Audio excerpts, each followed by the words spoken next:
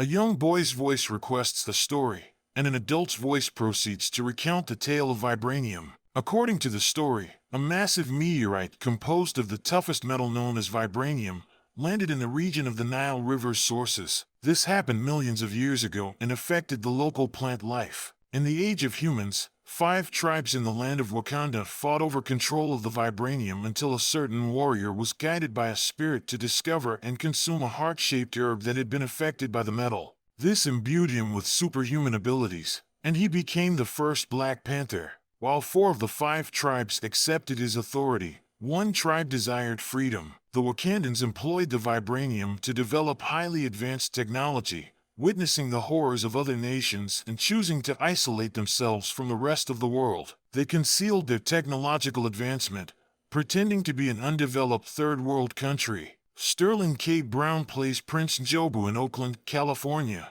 who pledges to provide people of African heritage worldwide with Wakanda's technology to aid them in defeating their oppressors. To accomplish this, Njobu teams up with black market arms dealer Ulysses Klaue and devises a plan to infiltrate Wakanda and seize a stockpile of Vibranium. King T'Chaka becomes aware of his brother's actions in 1992. When he confronts Njobu, Njobu reacts with fury and makes a threat against T'Chaka's trusted ally, Shuri, played by Forrest Whitaker. Regrettably, T'Chaka is forced to take Njobu's life to protect Shuri. To prevent the people of Wakanda from discovering the truth, T'Chaka leaves behind Njobu's son, Eric. In the aftermath of T'Chaka's assassination by Helmut Zemo, disguised as James Barnes, his son T'Challa comes back to Wakanda to take his father's place as the ruler. T'Challa enlists the help of Okoye, leader of the all-female Dora Milaje fighting force, to extract his former lover Nakia from an undercover operation in Nigeria's Sambisa forest. Once back in Wakanda, he reunites with his mother Queen Ramonda and younger sister Princess Shuri,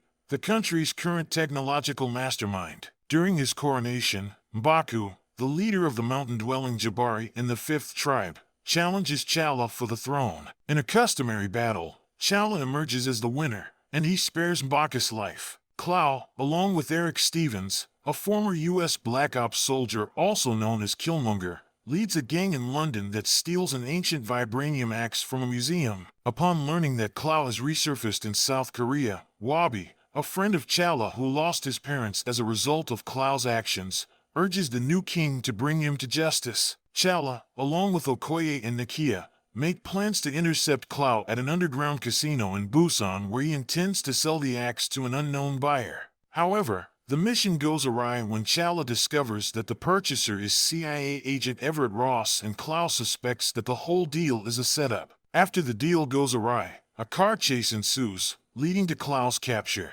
However, Killmonger rescues Klaue while he is in CIA custody. During the attack, Ross sustains serious injuries while saving Nakia. Instead of pursuing Klaue, T'Challa takes Ross to Wakanda, where Shuri uses the country's advanced technology to save Ross' life. Killmonger kills Klaue and brings his body to Wakanda, presenting it as a token of his loyalty and revealing his identity as Njobu's son. He challenges T'Challa for the throne and defeats him in ritual combat, throwing him off a waterfall. After consuming the heart-shaped herb to gain the powers of the Black Panther, Killmonger executes his father's plan, preparing shipments of Wakandan weapons to be distributed to operatives around the world. Meanwhile, Nakia, Shuri, Ross, and Ramonda seek refuge with the Jabari tribe and discover that M'Baku's people are caring for T'Challa, who is in a comatose state. T'Challa is restored to health with the heart-shaped herb and returns to Wakanda to resume his fight with Killmonger for the throne,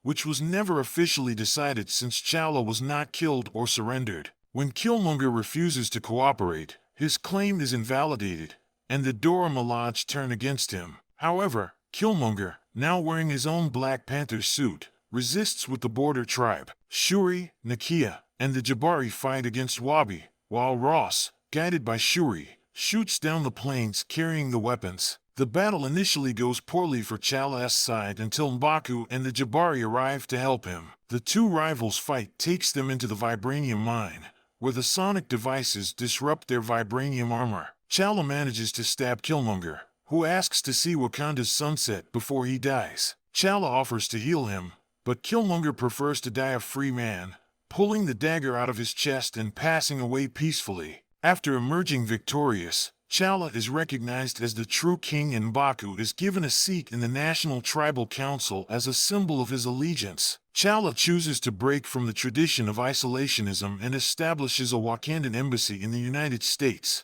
to be led by Nakia and Shuri. In a mid-credits scene, T'Challa addresses the United Nations and reveals Wakanda's true nature to the world. In a post-credits scene, Shuri assists Bucky Barnes with his recovery.